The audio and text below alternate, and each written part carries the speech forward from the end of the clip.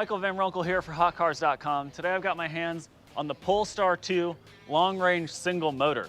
Starting at $47,200 with an estimated range of 270 miles, Polestar is clearly targeting the Tesla Model 3 rear-wheel drive single motor version, but with some Scandinavian design and potentially even some better build quality. And the most important part is that Polestar still qualifies for government rebates, so you can get into this entry-level Polestar for in the mid-30s, depending on where you live. Now, unlike the Tesla, this thing is front-wheel drive in classic Volvo form. So let's get in there and see how it drives. And for all of you who maybe aren't quite as familiar with Polestar, I'll show you what I like and what I don't like about the interior and the design. In the meantime, please like this video and subscribe to our channel. It really helps us out.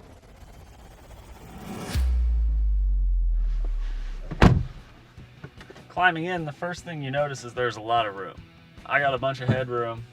The footwell is actually recessed, so plenty of leg room, and this seat goes really far back, almost crazy far back. I'm 6'1" with long legs, and this thing is wild. It's very rare that I don't put a seat all the way down, but I usually do this one about halfway up, and I have to scoot it forward a fair amount. The back adjustment is a manual crank, which sort of points to the decontented nature of this base model Polestar 2. Now there are other little funny details. The gear selector, if you can call it that, is a really cool design. At first I didn't think I would like it, but I actually have grown attached to it.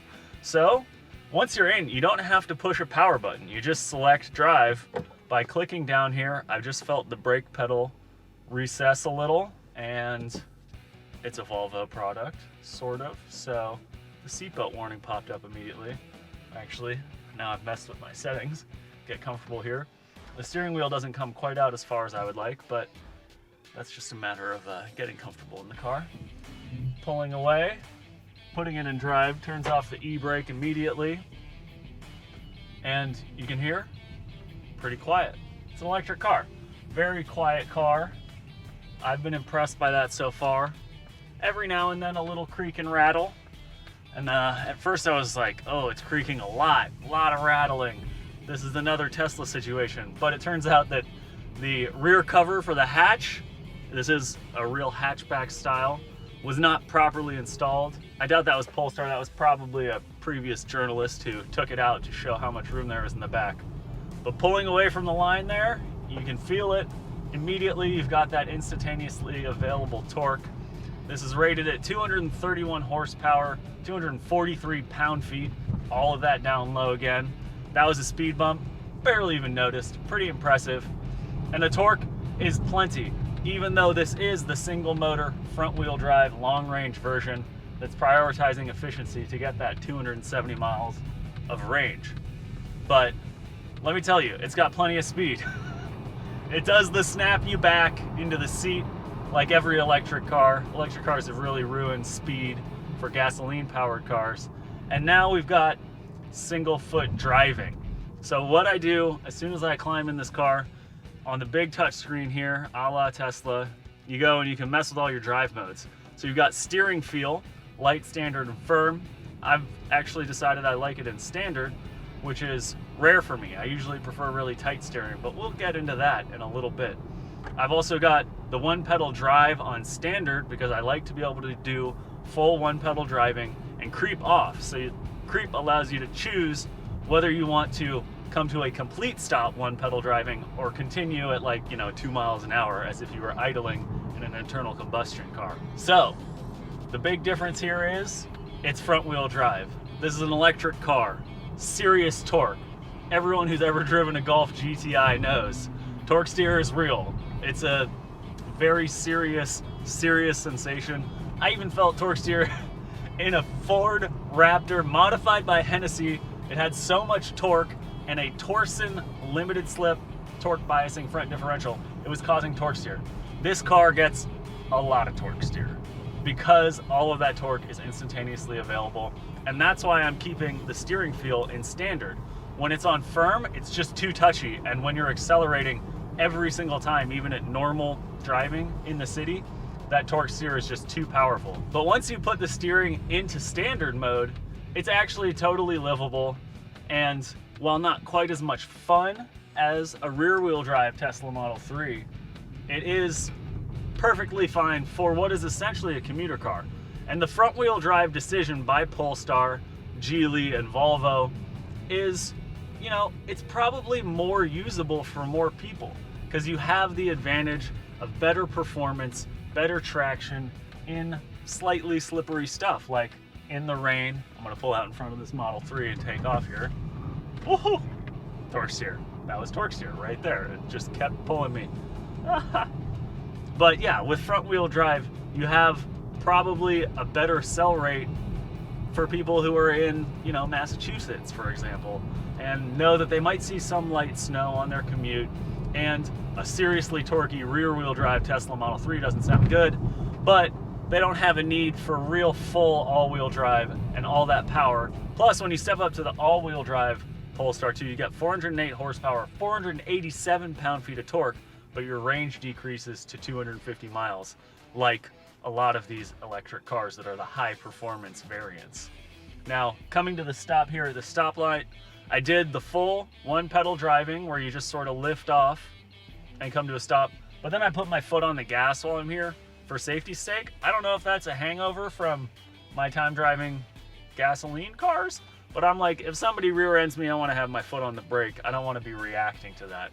So I would recommend it, but that's just my personal paranoia. Once you start going again, there is, because you're doing one pedal driving, there is a little bit of a delay. You got to get into the part of the throttle pedal, if you can call it a throttle pedal, where it's actually accelerating, because part of that travel is for braking or decelerating and regenerative braking. But Regen brings up sort of my main complaint with this car. Front wheel drive, electric motor at the front, nothing at the rear axles. And when you let off fully and it's in full regen, there's nothing braking the rear axle. And so if you're cornering and you lift, all of a sudden you've almost got like Porsche 911 356 type throttle lift off oversteer. And it's kind of a nerve-wracking sensation, definitely disconcerting. It's almost like a brake bias adjuster in like a race car. You want a little bit of braking from the rear. As Rex Racer would say, your hind legs are trying to outrun your front. And if you're going 80 on the highway, this thing goes 80 on the highway quite nicely, all of a sudden you're coming around a bend, you let off because you see traffic slowing down, and you start feeling that tendency to sort of push out. So it's a matter of probably getting used to it, but I think Polestar probably could have done a better job telling the rear brakes to actually bite a little bit when you lift off from the accelerator pedal, I guess I'll call it, while at higher speeds. Because when I lift off, it really nosedives. You can see it. It nosedives a lot. And that's just because it's doing the regen at the front axle. When I let off the accelerator pedal, which I guess I'll call it, it nosedives a lot. You can feel that 4,400 pound curb weight, 800 pounds more than Tesla Model 3 single motor for the record. And it definitely nosedives, so you gotta be gentle with it, otherwise it creates that feeling of sort of tail happiness while braking that's really disconcerting. Still, accelerating, you don't notice that 4,400 pound curb weight because it's just got plenty of power. I've driven this thing, I reset the trip odometer, I've driven this thing 158 miles. On one range estimate, it's telling me I have 90 miles left, 33% battery, so we're right around that 270 miles of total range, and I've been driving it, you know, moderately hard in the name of science. But that brings up sort of a lot of the stuff you can play with on the dash and with the gauge cluster, which has a map going, which I really like. It's all very well designed. The dash itself is clean. It is this charcoal textile finish that I worry will attract dirt and maybe some dog hair. But the actual design of it, I really like. I like this material. It's almost carbon fibery, but not quite. And then you've got the big touchscreen. So you can see I was messing with the drive modes, and so that has stayed up on this screen, which is weird. It doesn't go back to home automatically, but you just swipe up and it takes you home. You've got climate control here. You push the fan and you can mess with everything, which isn't too bad, although I would prefer manual buttons just to change the fan and temperature so that you're not clicking around and stuff. You can have another map here, Google Maps, no CarPlay, can't get Waze going, but you might be able to add that. I just haven't had time in the 3 days I've had this car. You can connect your phone, I got music going, and you've got this range sort of estimate thing going here, which the projected range takes into consideration your driving style and your current speed to give you a projected range. So even though it says 33% and 90 miles of range on the gauge cluster map here it actually says 65 miles. So it's nice to know that in my current driving style, I'm probably only gonna get 65 more miles of range. And then it also takes into consideration your climate control settings at the time. It does have heated seats, no ventilated seats. Heated seats did surprise me because this is a decontented little car, and all in all, probably not gonna get ventilated seats at this price point. So, other things you can mess with, other apps, Spotify, your Bluetooth media, radio, there's parking cameras galore. Oh, the P is for Polestar, not parking cameras. But yeah, oh, the cameras are here. I don't know if you can do them while you're going this speed, but I just keep it at home, or if I'm driving, I can put something into the maps and actually get directions that show up here as well as here.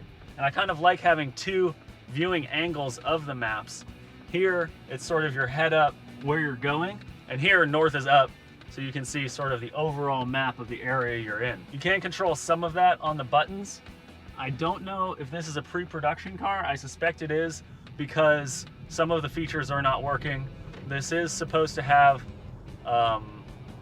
assist. It's supposed to have lane keeping aid on. That is not working. Collision avoidance I haven't noticed. And I tried to do the adaptive cruise control. It doesn't appear to be working, but again, this is a press loaner that should be working on cars that people are buying. The cruise control does work, keeps it in cruise, although there is a funky little thing. You can set it to any speed you want, say 68 miles an hour in a 65. But if you wanted to go up to 69 miles an hour, it won't do that. It goes up in increments of 5. So you have to actually use your pedal to speed up and then set yourself again if you want to be at 72 as opposed to 70 or 75, which I typically do. And then we've got also your state of charge screen here, and you've got, I think I saw maps to find the closest chargers, which is a consideration. I live in Santa Monica, so there's chargers everywhere, but I don't have anywhere I could charge this car at home, which is probably my main consideration for not getting an electric car. I'm a big fan of electric cars in general. I think it's awesome to be a journalist at this point in the industry because we're seeing how great electric cars like this Polestar 2 are, and we're also at peak internal combustion. And I love gasoline engines, I love the roar, I love the sound, I love the smells. So I get to enjoy both, and I hope you are too, as we sort of enjoy this liminal phase of the automotive age. Altogether, driving the Polestar 2 is impressive. For a 4,400 pound car, it feels lighter than it is. The suspension tuning is pretty solid. It occasionally makes a little clunk because there's no engine noise. There's a little bump, you can hear a little clunk. There's no engine noise to cover up your usual suspension creaking and stuff, but it's very silent. Clearly Polestar put a lot of importance on NVH, noise, vibration, and harshness, as so many electric manufacturers have to. Tesla, on the other hand, maybe not so much. Their insulation, their connection points, you get a lot of rattling when you're driving a Tesla on the rougher roads of West LA. The daily livability of the Polestar 2 seems pretty good to me. I like the way it looks a little bit more than a Tesla. There aren't quite as many of them around. Now, in terms of fast charging, people are saying that Polestar limits how much you can actually charge in terms of voltage, I believe. So people are saying 53, 54 minutes for a 10 to 90% charge, and they recommend keeping it only at max 90% for the health of the battery. It's got plenty of space on the inside, that classic skateboard layout. I say classic like it's been around forever, but by now classic skateboard layout allows for a lot of space. The hatchback trunk, very large. You can remove the cover that's sort of like hiding your groceries or your luggage in the back there, and fold the seats down. And it's a bigger car on the inside than it looks like from the outside, even though it is definitely taller than a Model 3, which I noticed. You have a little bit more of an upright seating position, pretty good visibility at, let's call it 270 degrees. The back From the outside, the window is pretty big, but they've got like the roof line, it is a slick top, the roof line goes back further and the window goes up above it on the outside, and it's really confusing because the rear visibility is quite bad, especially with the headrests on. If this was my car, I'd take those headrests off just in the hopes of getting a little bit more rear visibility. Now, if you do think you just want the Polestar 2 front wheel drive single motor long range, but you want to make it a little bit nicer, of course you can add options on. There's a plus pack that actually adds additional cooling to increase your range, which sounds pretty good. You can get different interior materials, including a vegan option, which goes along with Polestar's eco-conscious, eco-friendly sort of ethos that also led them to initiate recently a blockchain tracking system for their mining for battery precious metals, so that you can feel reassured that there's no sort of conflict diamond style mining practices going on in your greeny weeny Polestar 2. I do worry about the durability of the interior materials in this base model. You've got the charcoal fabric textile material for the dash. You've got piano black plastic that shows dirt and scratches pretty quickly. But then again, you know, you're spending as little money as possible. You can get one of these in the mid-30s here in California with up to $10,000 or so of government rebates and incentives. Compare that to Teslas, which have gone up in price a crazy amount over the past year. So now like a base Model 3 is close to $50,000, $48,000, $49,000, I believe, depending on your delivery charge. And that's just crazy for the base model. Then again, they're selling like hotcakes and you see them everywhere. You're not quite seeing as many Polestars. I have literally never seen a Polestar 1 and I really want to. I want to see it in person because it looks like an epic super GT cruiser. It's got that hybrid drivetrain, gasoline up front, electric at the back. It seems fun. It is, I know, quite heavy, but I want to drive it. I don't know if we'll be able to do that because they're so rare. Polestar 2s are supposed to be the mass-produced one, and they've got more Polestars on the way. We've seen concepts and we've seen sketches. But what's going on is Polestar is setting up what they call Polestar Spaces, which replace the traditional car lot dealer buying experience, which with more of a minimalistic Scandinavian interior design for their spaces. And you can place an order there. Best of all, you can apparently get your Polestar in as little as 36 hours if you live near a Polestar space with enough cars waiting around. They keep them at Port Hueneme, I believe it's pronounced, up the coast, and they'll deliver it straight to your door if you select one of the packages that is common. If you go in there and you spec the rarest materials for your seats and you want a funny color, then you might have to wait a little bit longer. It's a busy EV landscape. More and more cars are coming out, more and more models from more and more manufacturers, but Polestar seems to be ahead of the game and behind really only Tesla in terms of what I'm seeing here in California. The Polestar, it's a solid option. If you're looking at EVs, you still get the government rebate. It's got enough performance for daily driving. I really want to drive the all-wheel drive version now and experience the maxed out version of this platform. And I think the overall driving dynamics, which in this car are probably not quite as good as a Tesla, will be vastly improved by having power and regen at the rear axle. I hope you learned something watching me drive this Polestar 2 around West LA in its native environment for sure. If you have any questions, ask us in the comments. Check out hotcars.com. We've got a ton of coverage of Polestar, their forthcoming models, and what they're up to in the electric vehicle industry. Big thanks to Polestar for loaning me this single motor long range 2. Thank you for watching, and as always, before you sign off, please like this video and subscribe to our channel. It really helps us out. Thanks.